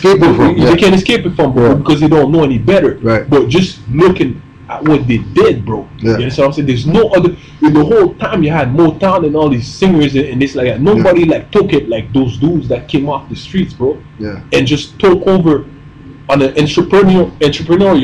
You know what I'm saying? Angle. Nobody ever done it that way. But yet you have all this corporation that they're gonna refuse every one of the black men that have a criminal record, not even knowing that in them is probably the dudes. All the dudes is gonna take the company to the next 5 million, Fortune 500. You know what I mean? Right. But then again too, that's why we push the idea to youths coming up that forget about getting bachelors and degrees and whatever. Learn a trade. Because even if you get caught up or something and you go away for 10, 15, 20, whatever, 30 years, you come out, nobody can take that trade from you. Nobody can say you can't be a mechanic anymore because you have a record. Because with a trade, you can do your own thing. You don't need the fact that you have a record doesn't even have to come up if you have a trade, especially if you're good at it. Well, also just to counter on your criminal record thing, I think part of what the reason is, you see, they are organized criminals, so they're the ones who want to carry out the criminal behavior. Right. The fact that you are like a criminal when you're not. Well, that's right. But here, they also set down these set of rules. Now, if you're Uncle Tom and you follow by them, you're our man. Right. The instant you decide to go against that, you become a liability to us. Right. Because you're not towing the company line. So you're the kind of guy we know that if you're up in power and you see something that's advantageous to you, you're going to take that. Right. Because that's what we call a criminal nowadays. Right? And really what we want is the guy who's just going to toe the company line. If we see next man taking a pencil, you're going to go report it to security. Rather than the man is going home to write his dissertation. We need that pencil. We need that pencil. You reported it to the man, and that makes you a good Uncle Tom. So we want followers. We don't want leaders. Exactly. And I was reading this philosophy. I've been saying that from the get-go. Like a lot of these young cats in the streets, a lot of these young dudes, not even necessarily in the streets, just the dudes that's like spaced out in their own zone. They're the dude that really, if you put the right seed into them, they're the dude that will make the whole difference in the Moors community, bro. Because they're the one that refuse to be in that box. You understand what I'm saying? If you really sit down with these youths, bro, and you listen to them, they know what's going on. They know what's up. They know what's up. They know what's going on from day one, bro. They know what's going on. But everybody's telling them, no, it's not like this. You go to school and you gotta have a good job. Just go to school. Just go to school. You know, that's all they tell them. That's the only thing. They don't teach them nothing but just go to school, get a degree, and they don't teach you nothing about life. You understand what I mean? In the sense that I say, this is where I've looked at some of this too, and maybe we'll let him, Grant, you get back to where he was at in terms of his past. But anyways, what I'm sensing is, you see, they tell you that when you're young. You have to go to school, learn. A lot of that is the truth. You need to learn how to read, you need to learn how to write, you need to learn some of these things. But what we've then done is we've put an unconscious cap on you. That unless you sort of can catch a ball or dribble a ball, or do something for us that we can make money off of it, because that's our system, Right. then you're really streamlined. Yeah. Now, what we used to do is tell you to get a trade, which used to be worth something. Right. But then we pushed it out of there because too many of you, so then we needed to become mechanical. Yeah. But we've never given you the intelligence for that. Yeah. But what the other side that we've done is we've then put this whole media thing out there, which is showing people driving, Yeah. people. They're the one that put that in their mind, bro. Yeah, but that's they're the one that made them think that. No, but it's the Europeans who've done that. But then what's happened is our mothers also and our fathers have in some sense gone into that. And then what's happened is we're in the hood, and we know that by going to work at McDonald's, which is just a corporate entity, is never going to get us that. But we've seen our brother on the street slinging poison to our sisters and brothers, and he's driving a Mercedes. Right. So what's disturbing about this is that they keep on sitting the youth and making the youth seem like the youth is stupid for selling drugs. But watch this. The youth is not stupid. The youth is smart, bro. Well, he's smart. The youth puts 2 and 2 together. He comes home, he sees his mom going to work every day 6 to 9, still broke, can't pay no bills, can't do no nothing. You know what I'm saying? He sees the other dude that has a record that can get no other job. So in his mind, he's like, okay, what's the point of me doing this and that? Yeah. I'm not supposed to sell drugs and make the money over here. I'm not going to enslave myself. He gets it. You understand what I'm saying? But you're still enslaving yourself. He is, but he is. You're enslaving yourself. Yes, he is. But the bottom line, though, is that he's not doing it because he's stupid. He's doing it because it's common sense to him. Because he's too young. And you're right about that. But here's, let me, I've been talking to Grand Chic about this, and what I've realized is part of the problem is the fact that what they have done is allowed you a way out, but the way out is still the way back in. Right. Which is like, hey, listen, you want to make some quick dollars, go sell some dope. Yeah. But really, all that's really doing is putting you back in our system. Yeah. Right. So really, the hard route, the hard route is really probably the easier route. Yeah. Because if I turn the company line and I get to that thing, then I'm putting it back on your ass. Right. Whereas if I go and break the law, then there's a pragmatic duty. It's me that's coming It's the back. karma that's really back on me because I'm probably poisoning my own people. Right. Which is what we want anyway. Yeah. Because what's happening is the drugs are only coming in because the Europeans bring in the drug in. Right, so we're having to give to the European, he's making that tax-free, then he's putting you in jail because you're really our soldier, and we're then taxing you, then we're taking money out of the economy to feed and to get you, and I've heard this new prison, I've heard this new prison thing where what they've done is they've got all this, now what they've done is they've got a whole slave force in prison. Who's making shit for companies, and they ain't paying them nothing. That's just what you have to do. Free labor, because you're free labor, so you're back in it again. Whereas if you went and told the company the money, you would at least you would have your freedom. You might. So that's where I now realize that as much as I fought the fight because I realized how bad it is, it's really the fight to fight within the system. Because it's to break that. It's to break that system. You see, the easy man who's got the quick smarts, it's through the law. The easy man who's looking at the quick smarts says, here, let me just sling some shit, I'll get something. But at the end of the day, because it's coming from the man to begin with, he's already marked you. He's already marked you. He got you. Right? Checkmate. So that's where I think it's a checkmate on that. And really what you have to do is go back in and break down the system and come up. But a lot of it has to do with the parents, bro. Well, I know that right now. The parents are more to blame than anybody else for this. Even that, parents. Even that we were talking about today, right? I was talking with a youth man today, and you know he's probably I got maybe 15 years on him or something, right? And he's saying that well, I used to get my ass bust. You know, that kept me away from certain people doing certain things or whatever. That, and this is a youth man talking, and he's saying that when you know, like when I see my brethren's doing stuff, but then I go to their house and them and their mom smoking a blunt, right? Or you know, like whatever, like them just condoning the position of being the nigger and it's okay, I know what you're saying, whatever. but me, I'm coming from a different angle when I say it as blaming the parents. Like I told you, the more the time goes by, the more I have a problem realizing all black parents, you know, all they tell the kids is to go to school and get a diploma. Those parents didn't do enough, bro. I can guarantee you that if you brought any of these youth to some of these classes, like the classes that we have today, for them to have that kind of knowledge in their mind growing up from the get-go, from the roots, 75% of them wouldn't have ended up doing mistakes. Yeah. Well, I agree with That's that. But here's where I sense there's another thing. See, back in the day, there was actually an overt physical thing against the family. Now, like you say, it's a behind-the-scenes thing. Mom is no longer at home looking after the she family. got 5 jobs. Mom's got 5 jobs, Yeah. also due to the fact, as well as, unfortunately, because the man left his responsibility too, right? He just fathered something and then left, right? So you've got mom now, and Arch says, I hate to keep, well, not I hate, but you want different reference points. No, that's the reference point. But I know that reference point is true and pure, and the reference point being was their job was to break the family core. Right. Once that family core was broken, then they're looking for their lessons from television. Or And other external sources. Yeah. Right? Yeah. Because mom, and then once they broke mom, and once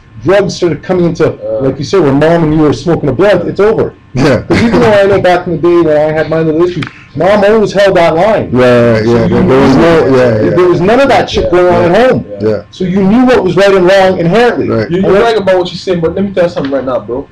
This is why I have to keep blaming the parents, because I'm tired of us, or we keep on blaming somebody else, even though it's true that they have something. Yeah, no, most definitely. The parents, blaming them.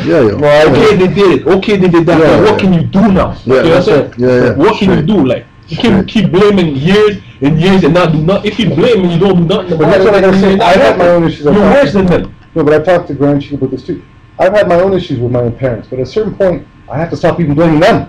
Yeah. Because at this point, because at this point now, I know now. You know enough. I know enough to say, hey, maybe my mom was wrong. Exactly. But I now know what was right. Right. So I can't blame mom anymore. Yeah, exactly. Right? Exactly. As much as I want to say and look that. at how long she's been going on to these black people, black parents. That's All they do is complain. That's right. Yeah. Complain, this and that. Oh, they're not doing this. No, they're not doing it for you. So then what? Do something about it, man. Right. What are you going to wait for them for? Yeah. And they'll never come around. Like Noble Drew, he said, this isn't a movement for old. Yeah. Right? Yeah. This is for the It's young. not just for the young and unborn. That's right. You know what I mean? People don't It's owe for you the young nothing. and You unborn.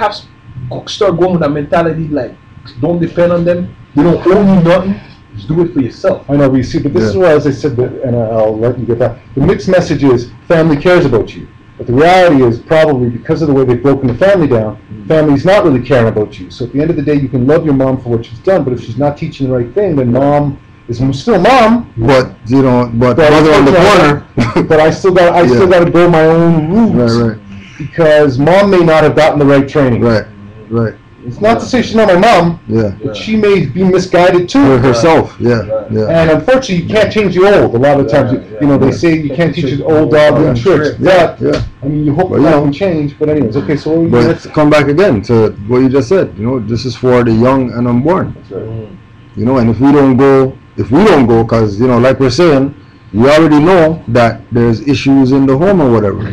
So we should be, when we're on the bus, building with a youth man. If we're standing on the bus stop, build with a youth man. If like when I was mobile, I see a youth man at the bus, I'll just pick up a youth man.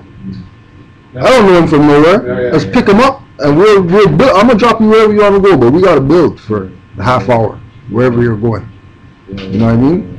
If you take it or don't take it, that's up to you. But I'm not just gonna know what's going on, and this coming back to the thing with the black leaders and them knowing, recognizing that Noble Drew Ali came, he brought everything that it takes to save a nation, but nobody wants to talk about him. Everybody wants to talk about what they did and how much stuff they got done, and it's crazy, bro. It's crazy that none of them speak about it. Like back then, when I first came over here, I didn't understand like the depth of this, right? But now it's crazy to think that none of them, they never speak about him. Like they don't even mention his name one time, bro. Can't. They lose that check. None of them. They lose that check. One of them, bro. Right? 1977. Right? So we're talking about that. We must be retarded as people. We must be slow in our mentality, right? We must be hindered in our thinking, sluggish, dull with where we are in our mind. Because even in 1977, right? They have the Rescuers movie. It's a 1977 movie, right? 1977 movie. They got mice wearing fezzes and turbans. Turban with the jewel and the feather, just like Noble Drew Ali. Right? Fez with no markings on it, just like the Moors. And everybody's seen The Rescuers. Everybody knows The Rescuers movie. Right? But it's not even something that is registering in the minds of the people. Because they must be retarded if they can't get this. Right? Well, you know, and we're talking about before this. We're talking about like this is modern. There's black and white movies with people with fezzes on in them, pretending to be Moors, and you know what I mean, trying to make it seem like, you know, Moors are crazy Arabs and all this type of stuff, right? But they don't accept the reality that this is who they are, because like we said before, they're putting it out there in caricatures. They're putting it out there as like a mockery, you know, they made a cartoon of it, so we're not going to take this serious. Watch this, right? We erase the history and we put it back out there as a joke. Right, yeah. So really there's a disconnect. So there's a disconnect. And you, as a person who's looking for your identity, definitely aren't going to identify with a mouse. With a mouse. Yeah. But the reality behind it is the mouse is really running the show, who's the European. Right. Because he's behind in the secret closed doors wearing this shit. Right. Right? Right. Yeah. But the guy you saying, hey, there's no way that that's me. Yeah. Yeah.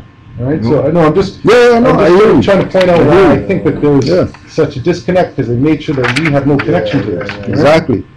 In a way, you kind of self-hate too. Remember I told you about the self-loathing. Self-loathing. Right. Mahmud II. This was the first sultan to wear a fez. Right? First sultan to wear a fez. You can Google his name. There's his name right there. Mahmud II.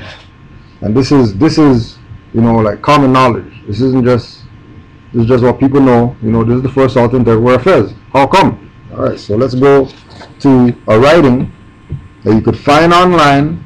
It's called Love of Fez, Part 1. The History of the Fez in Turkey. Turbulent times. The fez has been introduced in 1826 by Mahmud II to replace the turban. Mahmud, then head of the Ottoman Empire, that was to be divvied up among various European nations and partially grow into Turkey, was raised by a cruel mother. He had the same sort of longing for Europe as Ataturk did. He'd already flirted with the colonial style three-cornered hat. His advisors duly noted that the three-cornered hat was supposed to reflect of the Holy Trinity, at which point Mahmud wisely, if regretfully, dismissed the possibility of the hat gracing the closets and the heads of his Islamic countrymen. Soon afterward, though a shipment arrived from Tunis of venerable fezzes, as Jeremy Seal, author of A Fez of the Heart, travels round Turkey in search of a hat, remarks, if these fezzes were not perhaps as Western as he had hoped, they at least would provide him with a clean break from the burdensome turban. It wouldn't not to wear, or I wouldn't not wear it rather than a hat when it came time to pray. The hat could be knocked off when the worshipper bent his head to the ground. Hence, brimless hats were eminently practical from the standpoint of prayer, if useless in keeping the sun out of one's eyes. In the land beset with tradition, the transition from turban to fez did not go easy.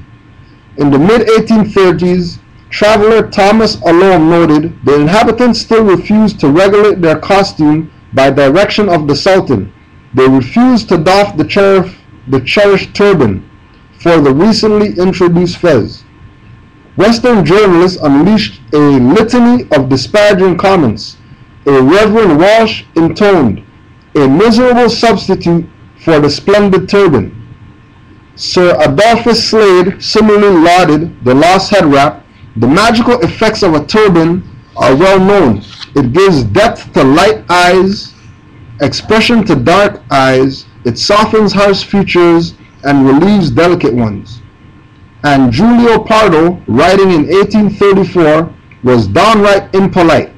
I cannot forbear to record my regret as I beheld in every direction the hideous and unmeaning fez, the costly turban that bound the brow like a diadem, and relieved by the richness of its tints and dark hue of the other garments, has now almost entirely disappeared from the streets. They got used to it. In 1903, the Turkish writer Halil Halid remarked, I was seized with the ambition of appearing up to date and of dressing in the more modern manner, that is to say, European costume in all but the fez. In 1913, the Ottomans, weary of the impending World War, collected lira on the streets of the cities with which to buy 2 battleships from the British. However, Churchill, leery of Ottoman coziness with Austria and Germany, reneged. Germany, quick to capitalize on this supercilious stifling, sent 2 warships of her own, and as they pulled into port at the slighted country, the Ottoman looked through their spyglass and noticed complete German crews decked out in fezes. They cheered. The Germans cheered. It was an utterly charming scene. The Ottomans joined the war on the German side soon afterward, thanks to gentle stroking of the public's nationalistic fervor. In a short century, the fez had gone from being a nuisance to a badge of national identity. In 1919 to 1922, Smyrna was occupied by the Greeks, and fez wearers unwilling to go bareheaded got in trouble. Turks, both men and women, have mishandled, insulted, or threatened in the streets of the town, the fezes of the former and the veils of the latter being torn off their heads and trodden on. Similarly, a British traveler named Marmaduke Pickethall started carrying a clandestine fez after being stoned by some Ottomans. My only crime, he wrote, had been to wear an ugly English hat.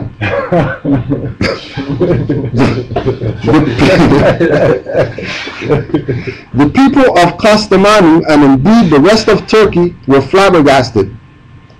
Ataturk walked every parade route in town, some of them twice, in tweed suits and bowlers.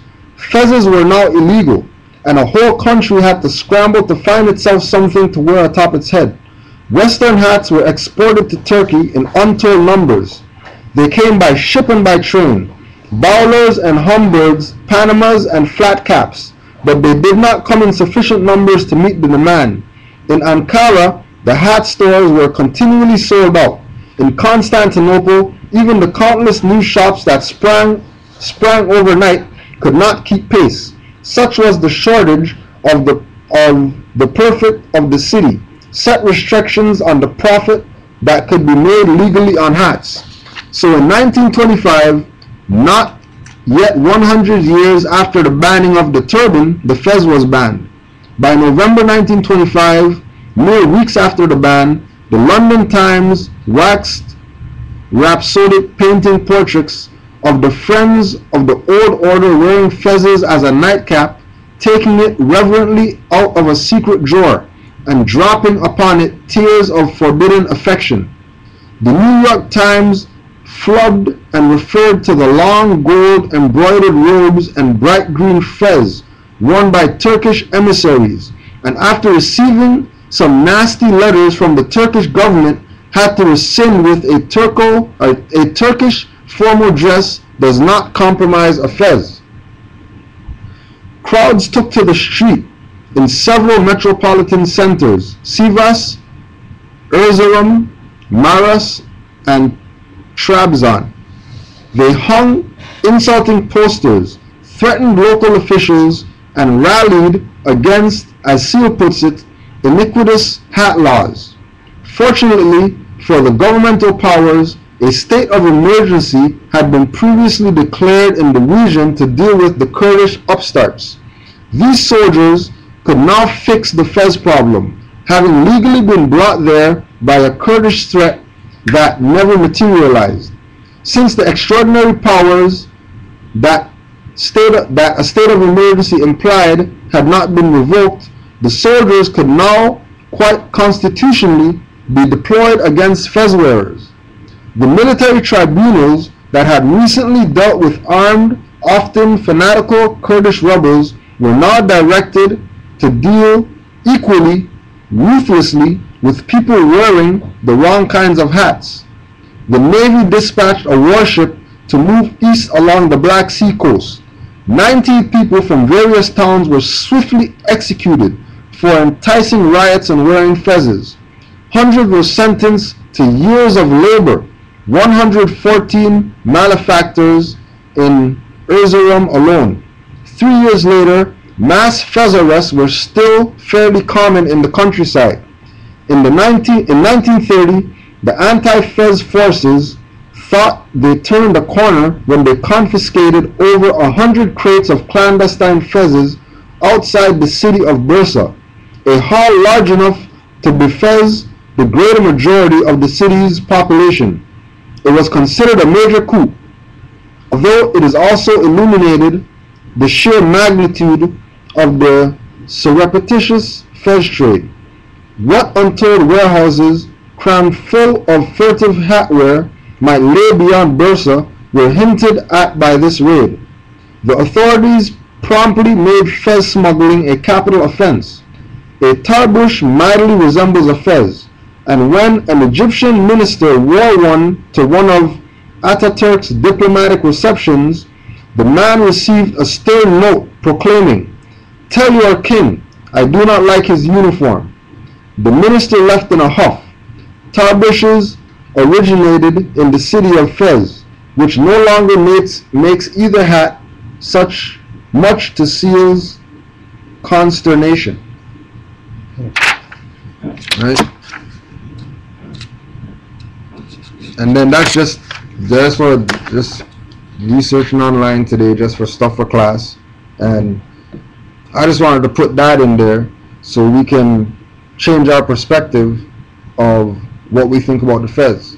Because we have black leaders like Seti saying that the Fed's Turkish. Mm-hmm. But right there in that article, they were banning fezzes in Turkey. So obviously it's not their stuff. Mm-hmm. Right? So again, you must be retarded if you're going to follow these dumb black leaders, African, Negro colored leaders that are going to lie to you in DVDs, tell you that, or in videos or in lectures or whatever, tell you that the fez is Turkish. Why are Africans wearing the fez? You know, get rid of that. But the Turks were banning the fez. Mm-hmm. So obviously it wasn't theirs to begin with. But let me ask you right? something.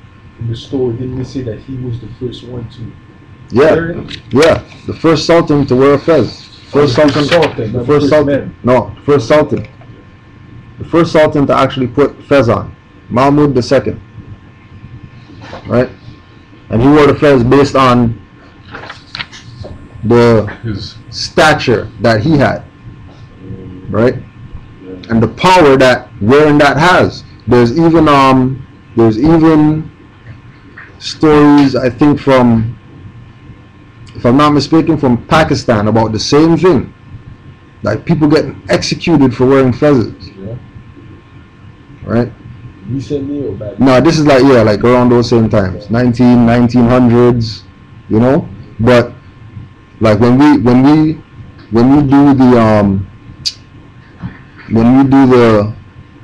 the timeline, right? We can see why. Because remember, they're talking about 1900s. That was the time of the Prophet coming. Yeah. And saying that the fez belongs to the Moors.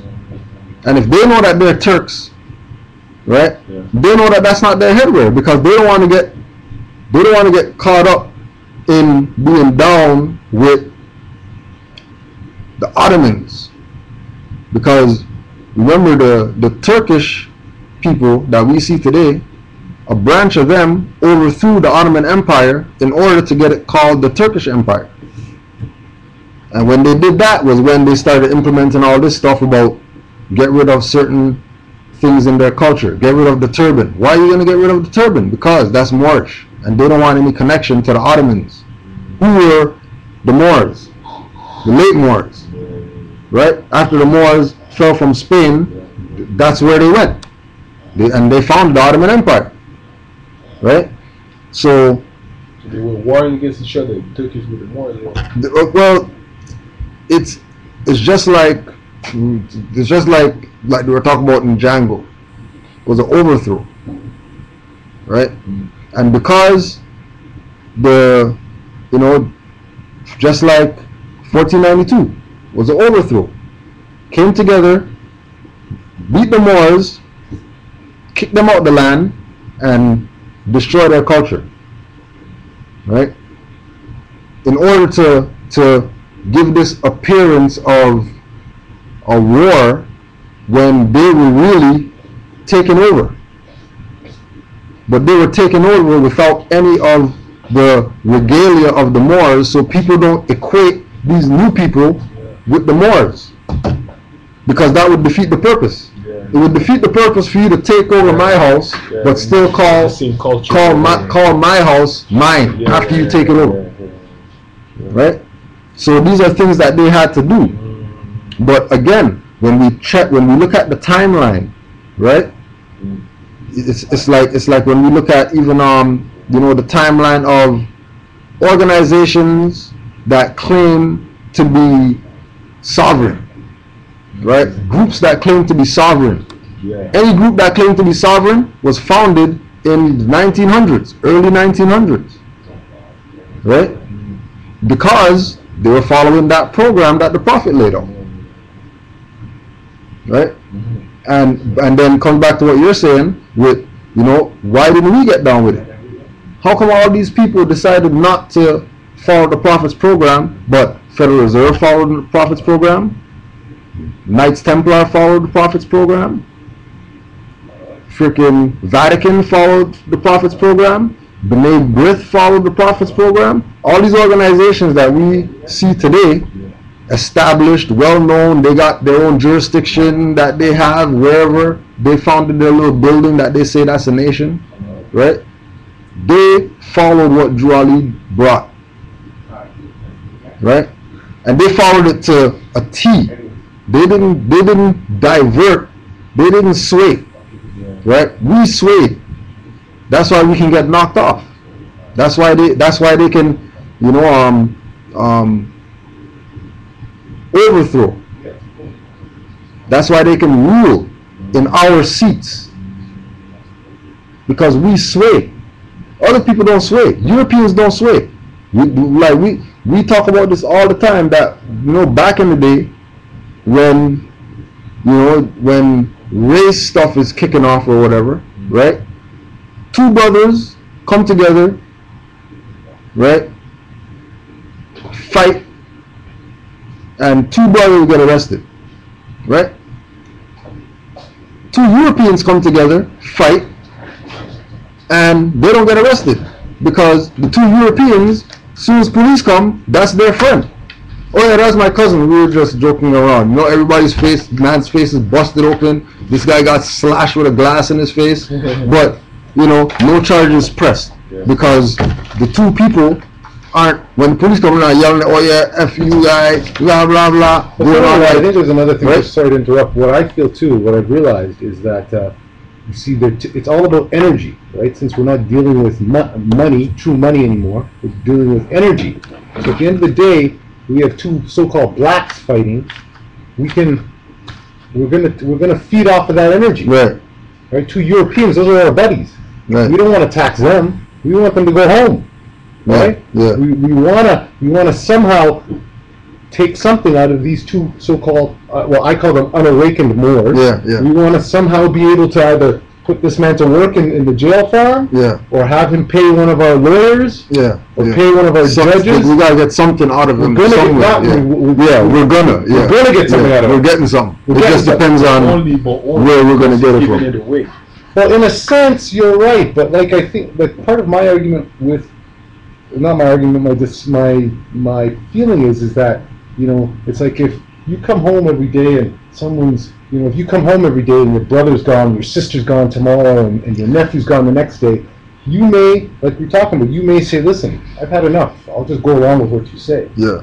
But ultimately, that's not going to get us out of our trouble. Right. Right. That's the first thing. Second thing, I think there's a responsibility that each one of us has to have, I think, at this point, to follow the law, even though, or be legal, even though that doesn't really apply to us, because I think that if we don't, then we've got everything set up to sort of to destroy us on that level alone, because that's a karma level. Yeah. Right? Yeah. So I'm torn between that, because I say if I go to a job and the next European goes for a job, he's getting the job because it's really European, you know, they both give each other a wink. Yeah. We'll see you tomorrow, right? You go home and you have to go bust brick for $4 an hour. They're breaking your body. But ultimately, I think that's where Allah will protect you and will finally give you what's deserved. What's deserved. Patience, though. You know? Patience, not a patience. Well, patience is one, but also doing the right thing, because I think what happens is all that other stuff is set up. Like, hey, we'll let you sell dope. But you're really selling dope to kill your own. You're not about what you're saying, because watch this. When you go, it's something that's real what you're saying right now, and the reason why that's why God will have your back in a lot of these situations, but only if you have a whole lot of patience. Well, that's right. And a lot of faith and whatsoever, you know what I'm saying? Because you put in a situation really with the whole way the system is built that you have nothing, there's nothing in front of you that says, you know what, you go and you do this, that way, it's gonna happen. Right? And it's like, that's why a lot of the time you're gonna end up breaking the laws and doing this and that and doing this and that, unless you just go by faith. And that's why God's going to have your back when you only go by faith, because... You see what's interesting, let me just interrupt with that, what I realize is that God, you believe in the faith is going to church and praying to the European God, which I think is not in yourself. It's not really, because I was reading this stuff, as I said, I got to get you this book which says, we are God. Yeah. Once you recognize you're God, part of the thing is you have to start having God thoughts. Right. You have to start being God and acting like God. But see, I got a problem with that. I wouldn't say we're God, but we're a representation of God on earth, and we have a part of God that's living in us. Which would then therefore make us part of God, right? We're not God itself, right? You know what I'm saying? We're not God in the whole. We can be, we are a representation. Okay, that's the way I put that as an example. We have like all the same characteristics and all the same capabilities that God has on different levels. So what are we missing? But we're not God, because put it this way, just like in this book that I was reading, it's like an example of, see, for example, if you take a glass of water, right, a big cup of water, that cup of water, if you make a small boat made out of cardboard and you put it in a glass of water, it's still going to make it float. You know what I mean? If you drink that glass of water, you're going to be able to spread thirst, only for one person, not a million persons, but you're still going to be able to spread thirst. You know what I'm saying? You whatever, like you use it to wash something, you'll be able to wash a little piece over here. Yeah. So God would be the ocean, and we would be that cup of water. You understand what I'm saying? Like God, for example, instead of having a small cardboard, he can have like fucking a million boats, you know what I'm saying? Instead of just being able to wash that small piece and be able to wash the whole earth. It's the same principle and characteristic, but on a different level. You know what I'm saying? So we're not God, but we're his representation. But then also God is a verb transitive, right? Which means which means that it's a doing. It's a being. It's a doing or a being. It's not it's an action. Out there, something. It's an action. So us being God isn't we're the creator, but we have to, just like saying, we have to have the mentality that we are, so that we can act a certain way, or we can act on a certain frequency. but our actions are based on our thinking. Yeah. If our thinking isn't godly, then our actions are definitely not going to be godly. And just to interrupt, And this is based on faith too, but you're breaking it down in a scientific level, in the metaphysical level, but that's really faith. That's just going like when you don't but then guess what? But what the next step beyond faith is fruition, which is once your faith comes in, that stuff that you plant will end up becoming the reality. But the problem is that we're too much caught up in looking for the Rolls Royce, which is what the European. But not even only that, not even only that, what you caught up into, just like what you said earlier, just doing whatever to fit in the system right away, you know what I'm saying? Instead of going through the harsh time, relying on yourself to see what's going to happen. That's what the real problem is. Because nobody wants to be in that chamber of, you know what I'm saying, where you have to go through that shit. You just want to go with the program and be safe right away. That's right. The thing is that you're right. When you go to that chamber, realistically, that's an act of faith toward God. That's what's going to have your back. Because you go over here just relying on Him, relying on yourself. But when you really only rely on yourself and think you're relying on Him. Because when you're by yourself and you think by yourself, you think to yourself, you're really talking to God. So that's faith. That's what they tell you in the Al-Sharif Quran all the time. That the best thing for the believer is not really to just go to church and pray, it's like to keep God in remembrance. You understand what I'm saying? That is the best act of faith. The best thing you could do is that. But they'll never teach you that in the Arabic mosque or you know what I'm saying, or in the church. Where is it like, oh, you gotta come to church Sunday. God tells you in the Quran, you know what? The best thing you could do is to keep in remembrance. It's better than any of these other things that you do. You know what I'm saying? And when you're by yourself, meditating, what you really doing, you're really praying, really. Well, really keeping it going. You know what I'm saying? Because you direct conversation with Him all the time. Because you talk to yourself, but you're talking to Him. You know, you ask the question, you're asking Him the question. That's right. You know what I mean? But that's why, in essence, we are the reflection in some form of God. Of course, bro. But they say in the Quran right here, Circle 7 Quran, like the spirited men. The thought of God, right? God's DNA, bro. You know what I mean? That's a good one on that one. Much is. Right? So that's what we're going to close out with. Right? So we're going to close out with an excerpt from chapter 1, Creation and Fall of Man. Let everything stand still and hear. Man is the Lord of all the plane of manifest, of protoplast, of mineral, of plant, of beast. But he gave up his birthrights just to gratify his lower self. But man will regain his lost estate, his heritage. But he must do it in a conflict that cannot be told in words. Yea, he must suffer trials and temptations manifold.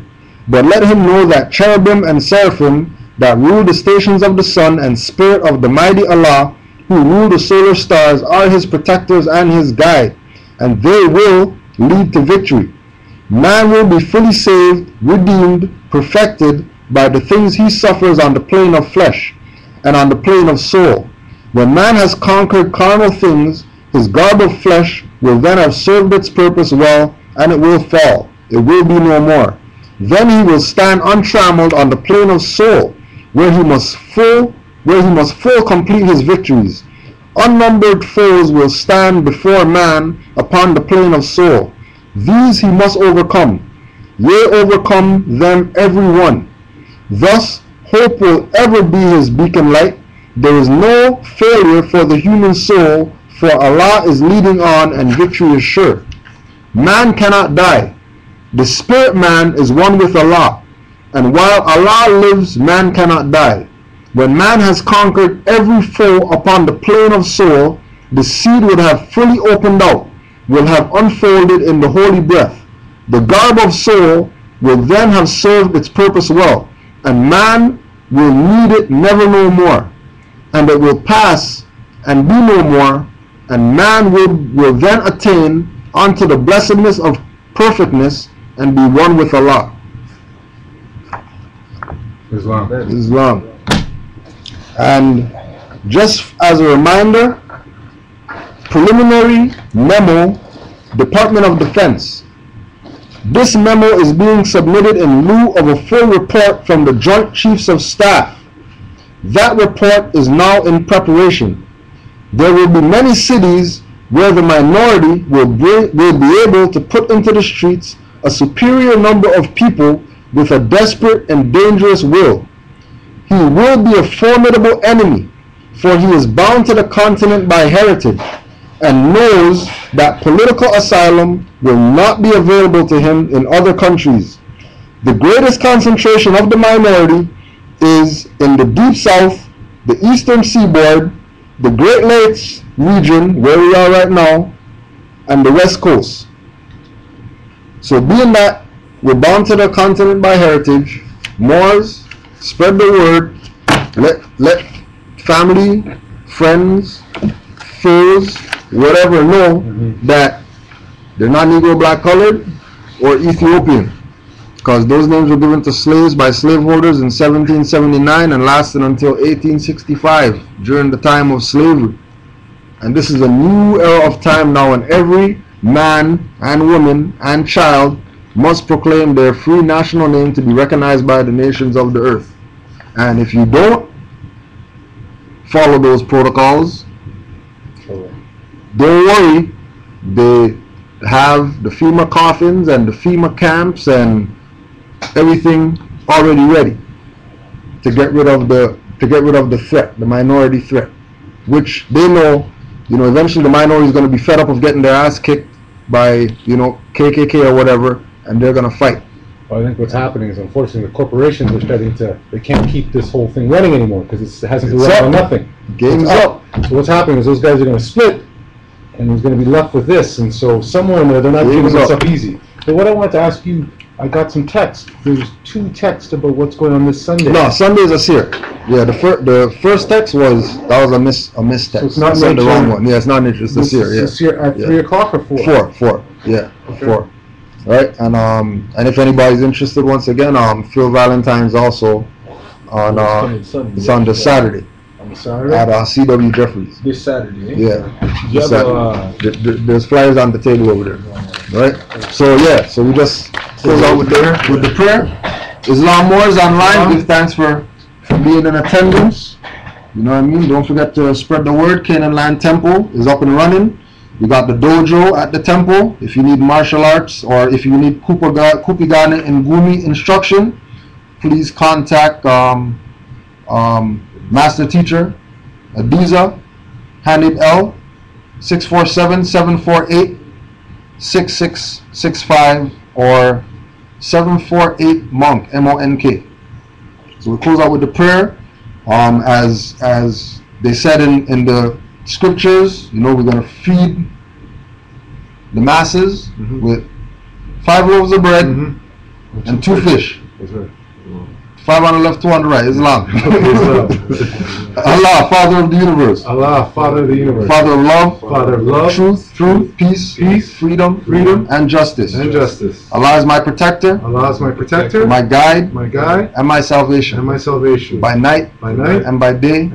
Through His holy prophet. Noble Jew Ali. Ashe. Islam. Peace and hotel. I got to step, but I think we should. Yeah, man, we'll connect. For your